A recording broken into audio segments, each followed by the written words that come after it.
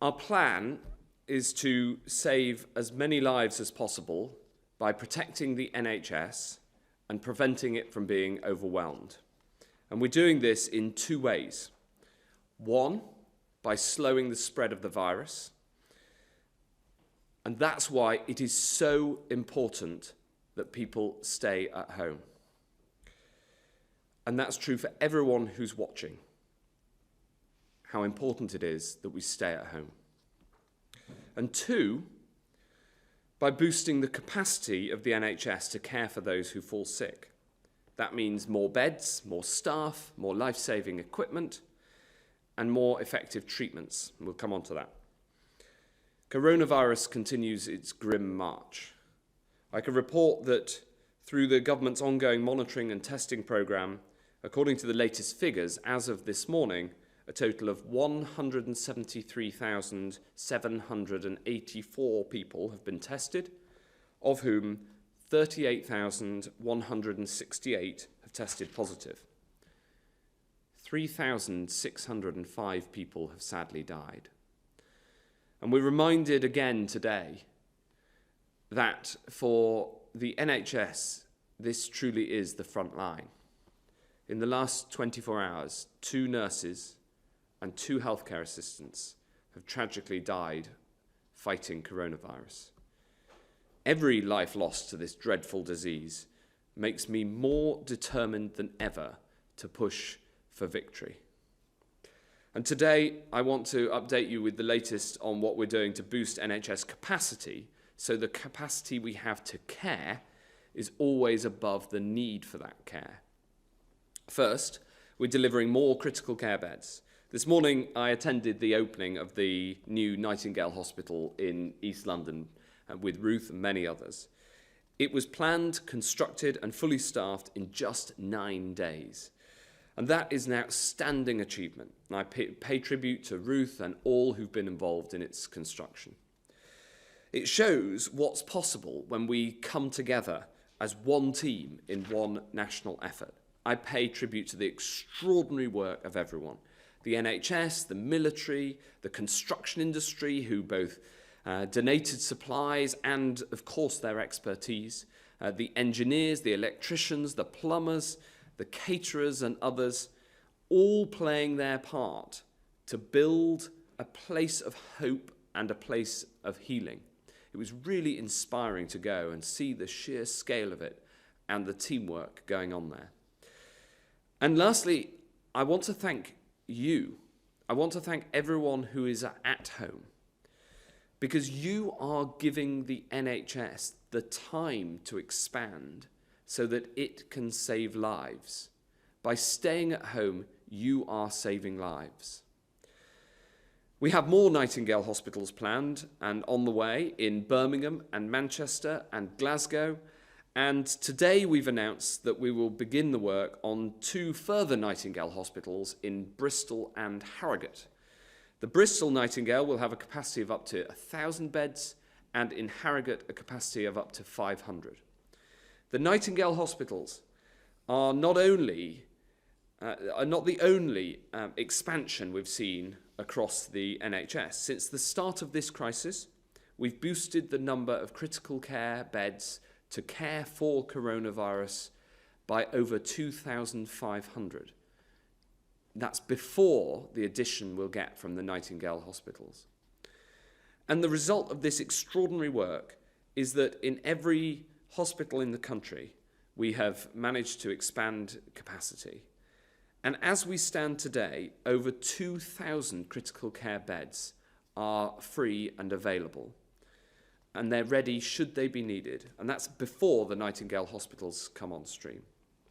And of course, we're working round the clock to deliver essential deliveries of PPE across the whole NHS, across social care, key public services, and in all 4 nations of the UK.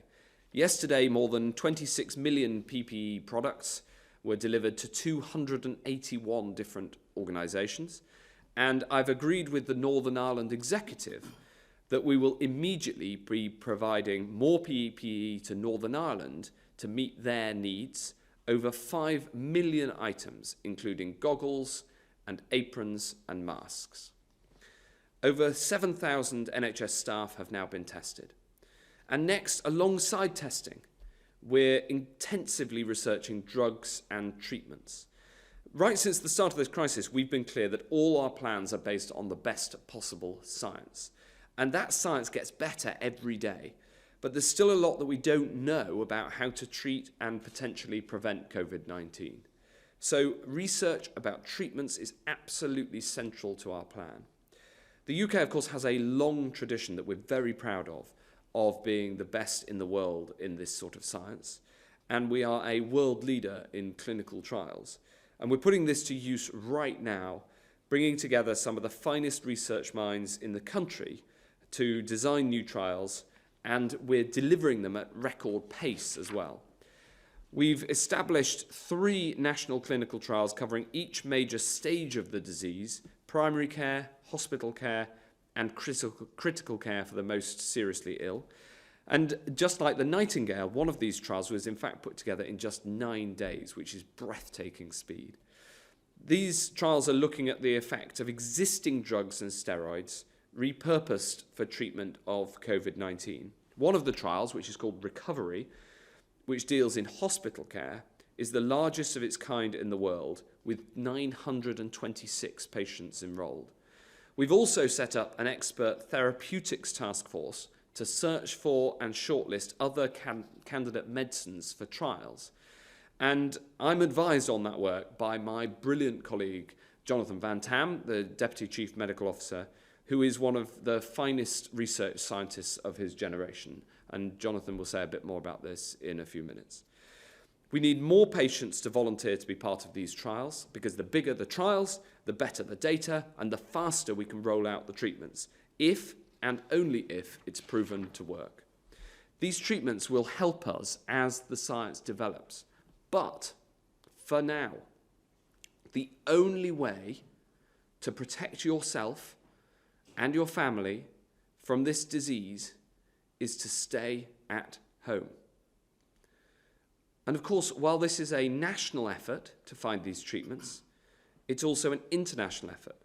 In the same way that we've donated more money to the global search for a vaccine than any other country, so too we will lead the world in the science of these treatments. And whatever we learn, we will share, because we are all on the same side in this war.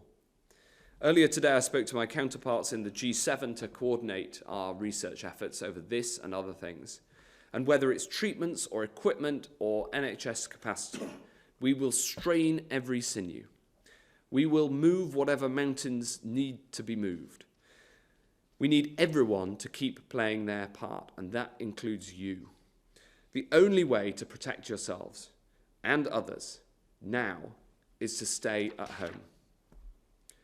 And the one final thing I want to say is this. We're set for a warm weekend in some parts of the country, but the disease is still spreading, and we absolutely cannot afford to relax the social distancing measures that we have in place. We cannot relax our discipline now. If we do, people will die. So I end with the advice that we all know. This advice is not a request. It is an instruction. Stay at home, protect lives, and then you will be doing your part.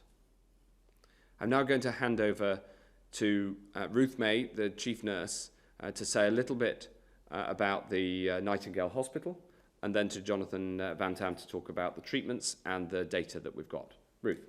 Thank you, Secretary of State. Before I talk about the Nightingale Hospital in London, I want to recognise that today we have had the very sad news of the loss of 2 of my colleagues. We have lost today Amy Arouk and Anima Nasreen, 2 registered nurses working to protect our public, and they sadly have died.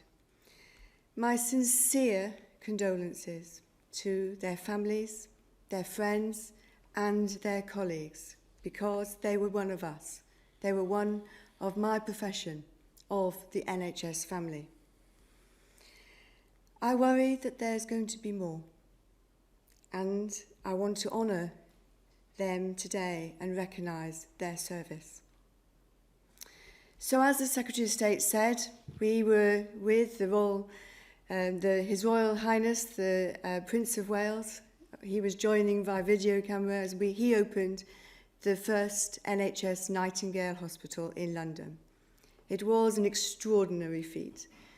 People have worked so hard from all sorts of walks of life, all sorts of backgrounds, and they've come together as one team to build an NHS hospital, an enormous piece of work of absolute huge. As the Secretary of State has said, he's announced 2 further facilities in Harrogate for the people of the North East and in Bristol for the people of the South West. And of course, that's alongside Birmingham and Manchester. So thank you to all of our NHS staff, all of our staff across into social care, whether that's nurses, midwives, doctors, all of them pulling together to make sure that we continue to prepare for COVID-19 surge. I'm grateful for all of our frontline staff and all of our support staff who are caring as a team for our sick patients. But I'm very grateful to you, the British public, for your patience and in helping our NHS. As the Secretary of State said, this weekend is going to be very warm, and it is very tempting to go out and enjoy those summer rays. But please, I ask you to remember Amy and Arima. Please stay at home for them. Thank you, Ruth. And Jonathan Van Tam, if you could bring us up to speed on the treatments and on the latest data that we have. Thank you, Secretary of State. I'll begin with the data, and the first slide I want to show you is a survey which shows the behavioural change as of 29th of March in relation to the social distancing advice that the government has given. As you can see on the slide, if you begin on the left, there is a small increase in mobility within residential settings. This actually is good because it shows people are staying at home. If you then contrast that with the bars further to the right, which move progressively through grocery and pharmacy, through public parks, through workplaces, through transit stations, and finally to retail and recreation, you can see progressively larger declines in mobility across the UK. This is really very encouraging indeed, and shows that the British public are following the advice that was given to them, but it needs to continue. Next slide, please. If you then move on and you look at the change in transport use between the 5th of March and just a few days ago, you can see dramatic declines across the piece in total motor vehicles and in use of National Rail, buses and tubes in London. This again is very encouraging. Next slide, please. However, as we have always said, we do not expect these changes to turn the curve on this awful disease immediately. It will take time. And as you can see, this slide shows the number of UK cases by day, and you can see the numbers are increasing. This remains a dangerous time. It remains vitally important that people continue to stay at home and practice the social distancing that we've asked of them, even this weekend as the weather turns warmer. Next slide, please. You will see a similar picture for hospital admissions, that they are increasing. And again, this reinforces the advice we give. The final slide, please, shows the comparison of the UK in relation to various other countries. And the index is set at the first day in each country when 50 deaths were reported. And you can see from this slide that it is a global battle and that the UK is in the same situation in terms of the curve and the shape of the curve as many, many other countries around the world. This is a serious battle. We need to keep fighting it. I'd now like to talk about clinical trials, if you could take the slide down. Thank you. The first thing I want to say is that this is a new disease where at the moment we do not have any proven treatments. The UK is absolutely determined, however, to find effective treatments for this virus disease. Weeks ago, we began to look at clinical trials. We may not have publicised it at that point, but a lot of work has been going on for weeks behind the scenes. Clinical trials are a gold standard way to discover if a treatment works or not. But saying whether it works or not is rather too simplistic. The treatment has to be effective, it also has to be safe, and we also have to understand the right dosage to use, the right patients to give the treatment to, and the right time in the illness to give that treatment. This is complicated stuff, and the only way to unpick the signal and make sure we get it right is through clinical trials. And as my colleague, the Secretary of State, has said, there are 3 trials already up and running in the UK that target different places in the patient pathway, from primary care through to critical care.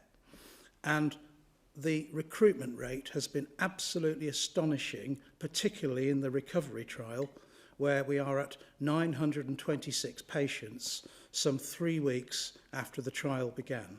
It's astonishing. It really is a fantastic tribute to the fact that the NHS is getting on with delivering care, but at the same time is committed to finding the right effective treatments. Now, again, as Secretary of State has said, our initial focus has been on what we call repurposed medicines, medicines that are already licensed for some other use or indication. An example would be hydroxychloroquine, which is a malaria drug. Another example in our clinical trials would be a combination of lopinavir and ritonavir, which is an HIV treatment. So we are going for the foreground targets in the first instance, where we already have a drug that is licensed. But we're just not stopping there. We are determined in the next round of clinical trials to move on to new medicines, ones that are in what we call phase 2 or phase 3 development now, possibly for something else, but which might have a role to play. And we're going to explore all of those technologies. And to do this, we are going to need this therapeutics task force that we have set up to keep an oversight and to coordinate this. Now, I know that there'll be a question about when are we going to get some results from these clinical trials. And my straight answer to you is, I don't know. I think it's going to be a few months, but it will all depend upon how quickly patients are recruited into the trials across the NHS. The faster we go in getting bigger numbers in the trials, the clearer and more emphatic and more granular signals we will get about what works and who it works for. Thank you, Secretary. Thank you very much. So if we now go to questions, the first question is going to be from Hugh Pym of the BBC. Thank you very much. It's a question actually for Jonathan Van Tam, if I may. When do you expect the peak of the epidemic to be? And at that point, will the NHS have enough ventilators to give those who need critical care that care at a time when some patients might fear they won't be able to get it? Jonathan. Thank you for the 2 questions. The first one is about when we will turn this curve round, when we're going to peak and when we're going to come down. We don't know the answer to that yet. We have always said that we will know if our social distancing measures are working a few weeks after we have put them in place. And by my quick calculation, we're at kind of 10 or 11 days at the moment. So it's too soon to say. It will partly depend upon how well those social distancing measures are adhered to by every one of us. But I hope it will be soon. We are going to watch very carefully to see when we've hit the peak and when we're starting to turn it, but we will not take any premature actions. We're going to stick with the science and see where it takes us. Your second question is kind of related and about how tall the peak will be and whether there will be enough ventilatory capacity across the NHS. I can tell you that I don't think we're anywhere close to that kind of scenario at the moment. We will watch it extremely closely and we will make decisions as we need to on a day-by-day basis. But I repeat, we are not anywhere close to the scenario you describe at the moment. Thanks very much. If we go to Robert Peston of ITV. Hi, Robert. Afternoon, gentlemen. Firstly, on the clinical trials, Jonathan Van Tam said the success depends to a certain extent on the numbers enrolled in those trials. Was that actually a call to individuals with symptoms to enroll in those trials? Are you looking for volunteers? Secondly, very recently, Patrick Vallance told the Health Select Committee that on the basis of the lag between infections and deaths, he thought there were probably 1,000 people in the community with this virus for every death. Does that mean we think that we're not far off 4 million people infected, or have you got a new rule of thumb now that we're slightly further on? And then finally, Secretary of State, you're well aware, because of ministers and people you know, that the range of symptoms you can get with this is very broad indeed. So, for example, there's a lot of evidence that losing sense of smell and taste is a symptom. Are you looking at changing the guidelines to people for when they quarantine? Because at the moment you're saying, you know, self-isolate if it's a high fever and a cough, but are you going to add to the list of symptoms where people should self-isolate? Well, thank you. If I just if I answer the some of that, and then I'll cast over to JVT. On the last one, which you addressed directly to me, Robert, it's complimentary of you to ask me a scientific medical question, but I am going to resist the temptation to answer it because we've got a proper medical scientist in the room and we are following the science. For me personally, I did lose my sense of taste, and that actually is it's come back though. I can assure people who have lost their sense of taste that the good news is that in my case wasn't permanent. I just on the first point about the clinical trials, the answer is that we are looking for people to sign up to the clinical trials where that's possible within that hospital and where that is clinically advised. This is the call really is to the NHS, who are the ones who would make recommendations that somebody would be on a clinical trial. JVT, do you want to add to those two questions and also answer Robert's middle question on the rate of infection? Yes, thank you very much. I will answer those questions. On the point about loss of taste and smell and nosmia, we have actually asked our expert advisory committee, NerveTag, to look at this, and there are some anecdotal data that are now in the published domain that suggest that a proportion of people do indeed lose their sense of taste and smell. However, we have looked at the data that there are in relation to whether that on its own is a symptom that would be important to add to the case definition, and the answer to that from our experts is absolutely not. That yes, this is true, or as far as we can tell on limited data, it appears to be true, but it doesn't contribute anything on its own to the overall affinity of the diagnosis. On the second point about volunteers for clinical trials, people will have read in the newspapers sometimes when a new drug is being tried that there's an advert and you ring up and you volunteer for the clinical trial. This is a very different scenario. Here, these are about patients who are undergoing treatment at some stage for COVID-19. First of all, we need the physicians in charge of their care to sign up for the clinical trial. And then it is up to the physicians to approach the patient and ask them if they would like to take part. And it's a process of very careful, written, informed consent for that to happen. But the straight answer is yes, we do need people to take part in the clinical trials. and they are doing. For the recovery trial, yesterday's figure reported to me was a little over 700 patients into the trial. Today, I'm walking on my way to 10 Downing Street, and the number comes through of 926. This is really fantastic work by both clinicians and by patients.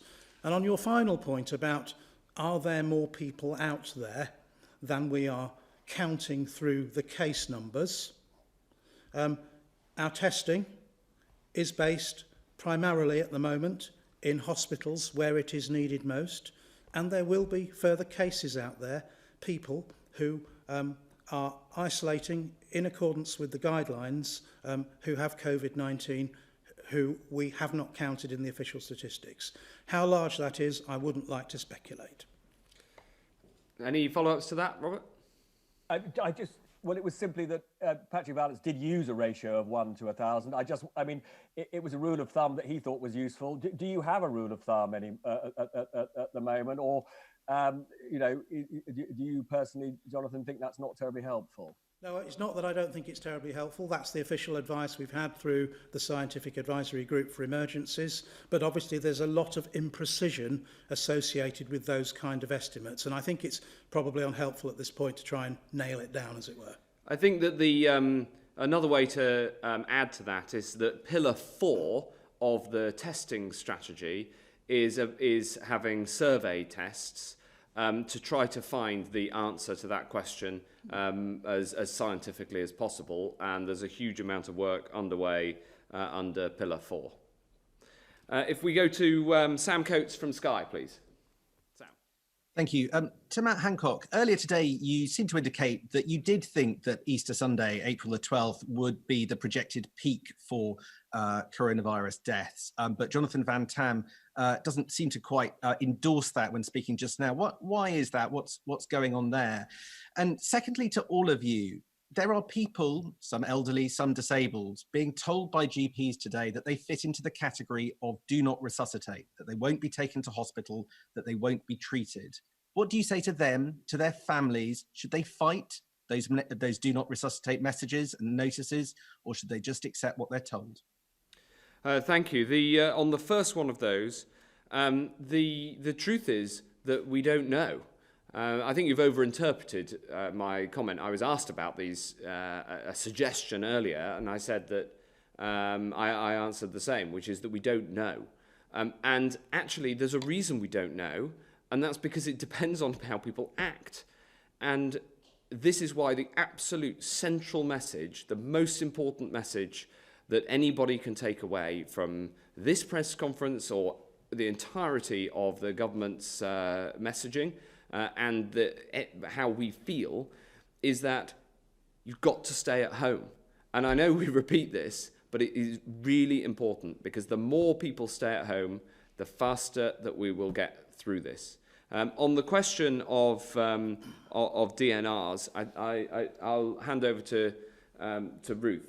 Yeah, absolutely. So clinicians, my clinical colleagues, have these discussions all of the time with patients and their families, thinking about their wishes, thinking about what their care being planned, and that's right and proper. COVID-19 is no excuse to have those discussions in a sensitive way, but these discussions need to happen all of the time with families and with patients themselves. But it is nothing, it needs to be done sensitively, and it's not, COVID-19 should not be used as an excuse to do that quite separately. Thanks very much. If we go to Liz Bates of Channel 4. Hi, Liz. Hi. If I could direct my questions primarily at Matt Hancock. First of all, you hugely raised expectations when you said that 3.5 million antibody tests had been ordered and would be widely available. Now you're saying they don't work. Are these tests ever going to materialise? And secondly, if I may, countries which have carried out more tests than the UK have had fewer deaths per million.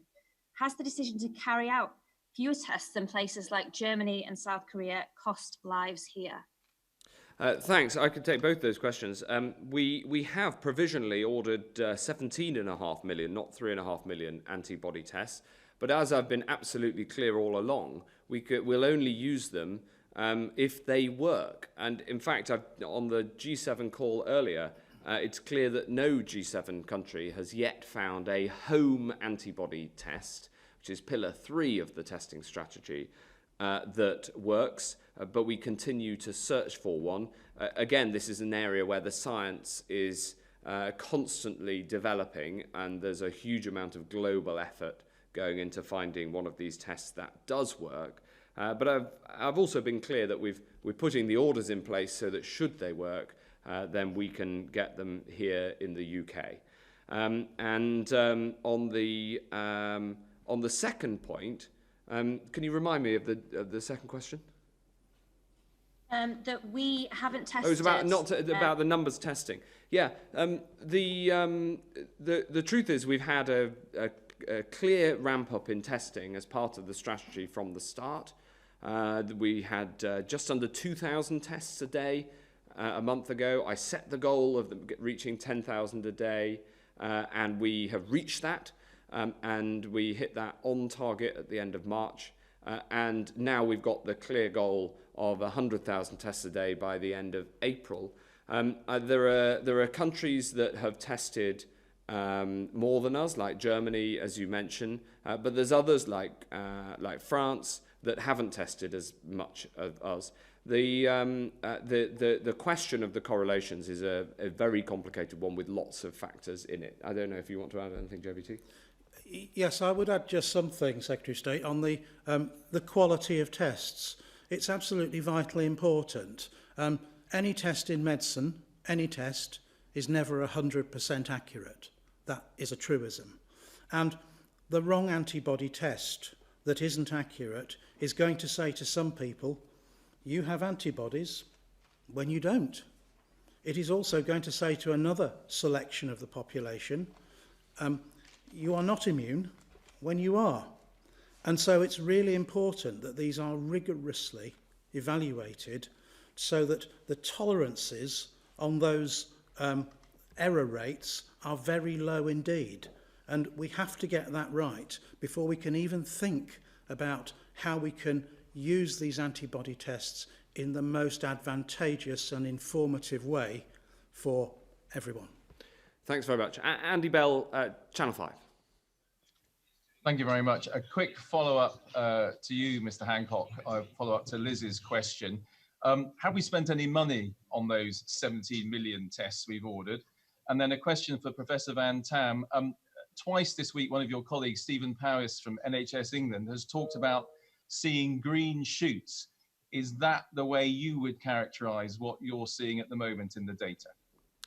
Well, on the first question, of course, the samples that we've got in, we've needed to pay for those samples because they're being tested. But what matters here, really, is these tests. If we can get them, if they're accurate, if they can work, if we've got the confidence in them that we can use them, then the positive impact that will have on people knowing with confidence that they can get back to normal life more quickly will vastly outweigh any cost. Of course, cost is a consideration, but frankly, getting a test that works is worth more than just money. JVT. Thank you. On the green shoots, the answer to your question is where you look for them. I absolutely see green shoots, I really do, in terms of the massive change in public behaviour that's already taken place. If that continues for as long as the government asks for it to continue, then they really will be quite big green shoots in the end. However, if you're asking me about the healthcare hospital admission data, then I think it is too early to make any kind of interpretation such as that. There will be day-to-day variations in the number of hospital admissions that occur as a feature of near random chance. And so one mustn't interpret the data, one needs to be patient and look for a long-term trend. Thanks very much. We're going to go to Martin Brown of The Express. Hi, Martin. Hi there, thank you. Mr. Hancock, can I ask what what help is being given to the mental well-being of thousands of patients who are in hospital on their own, many of whom are sadly dying without their loved ones by their side.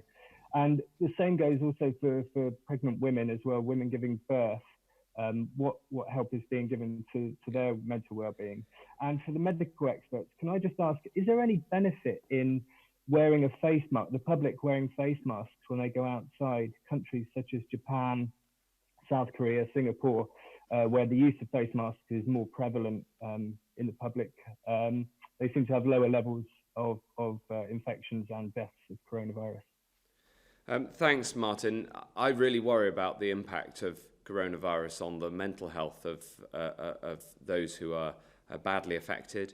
I really feel for those who have seen their loved ones die and not been able to be with them at the end. I think this is it's a really difficult issue that we have to make sure that we support people with compassion and understanding for what they're going through. We have put £5 million into Support Mind to help people with the impact of coronavirus on their mental health. But this is going to be, I think, an issue of increasing importance as the crisis goes on. I'm going to ask Ruth to say something about that and also about the maternity question. And then if JVT answers the second question. Ruth. Thank you very much. I was only on a phone call this morning to Sebastian, who's a doctor, a medical colleague of mine, and he had lost his father from COVID-19. And hearing his story about the extraordinary lengths that the nurses, the matron on that night shift had gone to make sure that they were able to connect a conversation with his brother in Singapore, to be able to connect, make sure the battery was fully charged for his dad to be able to have numerous phone calls. I am seeing across the United Kingdom, nurses, midwives, the whole of our clinical teams going to extraordinary lengths to make sure we absolutely do that. And whilst we know that visiting has been reduced to the absolute limit, it is also, we are saying that visitors are able to go, of course, for people with end-of-life care. But technology is really important. But looking at the well-being of our patients is really important, but also the well-being of our staff. We need to make sure that we're setting out measures to look after our staff as well. I didn't get quite the maternity question, Secretary of State, so would you mind repeating that one? It was just the same, really. What help is being given to women who are alone in hospital without their loved ones giving birth? Well, I'm very fortunate enough to work with Professor Jackie Dunkley-Bent, our Chief Midwifery Officer, who provides enormous, fantastic midwifery leadership across England. What she's been telling me is that midwives, yet again, are doing exactly the same. They're going to extraordinary lengths to make sure they're using technology, using Zoom, using all of the technology to make sure people are connected. There's been plenty of people that are doing just that to make sure that families can get together when they can, safely, to connect with their new members of their families. Thanks, Ruth. On the second question, JVT? Yeah, if I'll just begin on the first, actually, to say, I realise this is an awful and distressing illness, and I'm very distressed personally when I hear these stories of families separated, when I hear everything that's going on in that space. It's really terrible. But to your evidence point about face masks and wearing of face masks by the general public, this has been a controversial area in pandemic preparedness and planning for the 15 years that I've been involved in it. And indeed, I was on the phone this morning to a colleague in Hong Kong who's a professor there, who's done the evidence review for the World Health Organization on face masks. And we're of the same mind that there is no evidence that general wearing of face masks by the public who are well affects the spread of the disease in our society. What matters right now, of course, is social distancing. And yes, it is true that we do see very large amounts of mask wearing, particularly in Southeast Asia. But we have always seen that for many decades, and it is entirely wired into some cultures that masks are worn quite frequently in open spaces. So it's very different. But in terms of the hard evidence and what the UK government recommends, we do not recommend face masks for general wearing by the public. Thanks very much. I hope that answers the question, Martin. Pretty clear. Dan Martin from the Mail. Mr. Hancock, you said that if people don't obey the rules, you would consider toughening the lockdown that's in place at the moment. In France, they're stationing police at railway stations and installing motorway checkpoints to check where people are going. Is that the sort of thing we might see happening here? And to the scientists, the Institute of Biomedical Science has come out today to say that the April target is practically impossible because they don't have the equipment and chemicals they need. Are you concerned about that? Thank you very much. We rule nothing out in terms of further social distancing if that is needed, or further enforcement of social distancing. However, the British public are, in the very large part, following the new rules, and the police are policing them with largely with their normal consent-based attitude and approach. And I pay tribute to the police, because bringing in a new set of rules like this in short order does, of course, provide a challenge to the police, and I think that they have risen to that challenge. On the second question of the testing, we're absolutely determined to hit the new goal of 100,000 tests a day under all 5 pillars of the testing strategy that I set out. Yes, that will involve some challenges, there's no doubt, including making sure we get hold of all of the parts, for instance, and all of the reagents. Everybody can see that there are challenges around the world in terms of increasing testing, but we're determined that we're going to get there, and this is going to have to be a national effort in which not only my team and the people at Public Health England and across the NHS, but the whole life sciences industry is going to have to play a part. I've been really delighted by the response since I set that challenge down at this press conference yesterday, and more people have come forward saying that they can turn their capabilities to increasing testing, and we're going to have to hit that target. JVT, I don't know whether you want to add? No, Secretary of State, I think you've answered the question. Have you got any follow-up, Dan? Is that okay? That's fine, thanks. Okay, good stuff. Martin Baggott from the Mirror. Hello. Hi, good afternoon. Secretary of State, at yesterday's briefing, when you promised 100,000 daily tests by the end of the month, you seem to acknowledge only 25,000 of these were likely to be the more urgently needed antigen test, which can tell if a patient currently has the virus. The Prime Minister promised 25,000 daily antigen tests last month, and now delivering on this appears to have been delayed until the end of April. Given you acknowledge today that we expect the peak to come in the next fortnight, and Germany is increasing its antigen tests from 70,000 a day, do you think this could come too little too late? And secondly, could we have some clarification on the national lockdown guidance on the eve of what looks like being a sunny weekend? Yeah. Given many families don't have access to a garden, can people spend time in green spaces, for example, having a picnic for an hour, so long as they're in household groups? Or is it just a case of jog or walk for an hour and then go home? Thanks very much, Martin. Just on the first one, I want to be crystal clear that the goal that I set yesterday was 100,000 tests per day over all 5 pillars of the testing strategy. Pillar 1, which has brought us to 10,000 tests per day, that is set and was always set to get to 25,000 by the end of April. But Pillar 2, which is bringing in the private companies to also deliver, that is part of the goal, as is Pillar 3, which is the antigen test to see whether you've had the virus, Pillar 4, which is the research, and Pillar 5, which is the national effort to bring companies that haven't hitherto been involved in testing into this great challenge.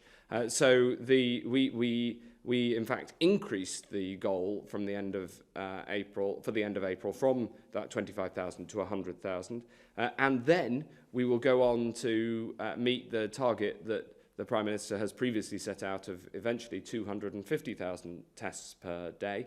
It was all, as I set out yesterday, answering that specific question. And on the question about what people should do over the weekend, it is incredibly important that people follow the guidelines. And I know that it's going to be sunny and it may be tempting, but it's staying at home that saves lives. And I think we should just be absolutely crystal clear about that. The guidelines have been set out in terms of people going out for exercise reasons, either on their own or with people in their household. People need to stick to the guidelines, and we're going to stick with those guidelines. Thanks very much, Martin. Jen Williams from the Manchester Evening News. Hi, Jen. Hi, thank you. A couple of questions for the Health Secretary, if I may. We're getting reports here, and there have been reports elsewhere as well, of care homes being told that their residents may not be admitted to hospital if they have suspected coronavirus. There have already been cases where a significant number of people in a single care home have died, including in Salford. Is there a blanket policy across the system not to admit care home residents into hospital?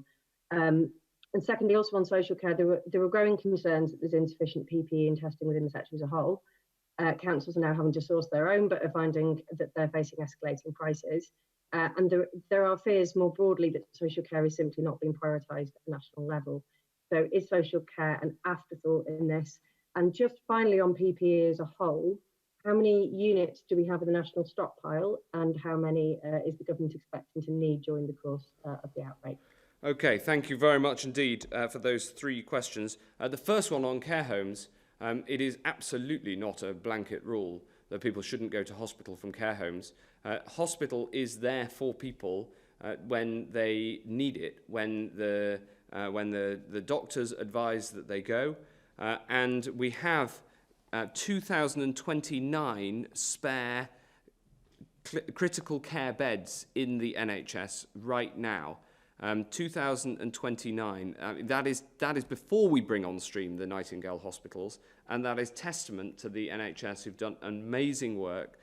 They've already expanded the number of critical care beds by 2,500 for COVID-19 patients, and so there is capacity in the hospitals right now to deal with COVID-19, and there is no blanket rule. It is a clinical judgment about when somebody goes to hospital. I don't know if Ruth might want to add something on that. And on the PPE question, we have millions of pieces of PPE in the stockpile, and I can make sure that we get the exact figure to you. I haven't got it on me, but we're also replenishing it all the time, because whilst we have a very large stockpile, we're also using it, and so we've got to make sure that we replenish it, and we're replenishing it both from buying internationally, where much of it traditionally has been made, and also making it domestically. I'll give a shout out to Burberry, who've turned over their production to the production of gowns to add to the stockpile and to get PPE to people who need it, which is another part of the national effort. I think Burberry deserve credit for what they've done so far for the nation, and hopefully lots more Burberry gowns to come. Ruth, I don't know if you want to add something. 2 points. Thank you very much, Secretary of State. So about the care homes, wherever my mother-in-law, Millie, lives in a care home, and that is her home. So clinicians from whatever background will make a decision based on the clinical need of that person as to whether they need hospital care, because that's the important part. With regard to social care, I know that out of the 6,000 nurses that are coming back onto our emergency register, some of those are opting to go into social care. And I'm delighted to see that we're offering people the option of coming into our hospitals, coming into our primary care setting, but also into social care. And I'm going to be making sure that we continue to do that over the next few weeks too. Fantastic. Does that answer the question, Jen?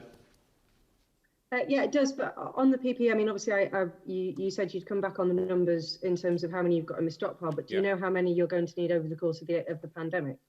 Well, it depends how long the pandemic lasts. But at the moment, we are distributing many millions of pieces every day. In the last 24 hours, it was 26 million. Over the last couple of weeks, it's around 400 million. So you can see that we're getting through it fast. So we're replenishing it at the other end as fast as we can. The challenge in PPE is a challenge of distribution rather than a challenge of having the stock. I also didn't answer your question about social care with PPE, because it's incredibly important to me that we get the protective equipment that we need to people working in social care as well as in the NHS and all parts of the NHS. And the new PPE guidance that we set out yesterday, which has got very broad support, that sets out what sort of PPE is appropriate in what sort of setting, and we will deliver that PPE into social care. I know that it's a challenge, not least because there's around 26,000 social care settings, a combination of care homes and organisations that provide care in people's homes. And so it is more complicated than delivering to the NHS, but the priority of getting the right PPE to social care is exactly the same as the priority of getting the right PPE to the NHS, and that's what the system, with the support of the military, is doing. Thank you very much indeed. I think that's all we've got time for today, but no doubt there'll be more to come in these daily press conferences. I'm very grateful to all of the questions, and I'm very grateful to both Jonathan Van Tam and Ruth May for answering the questions with me. Thanks very much indeed.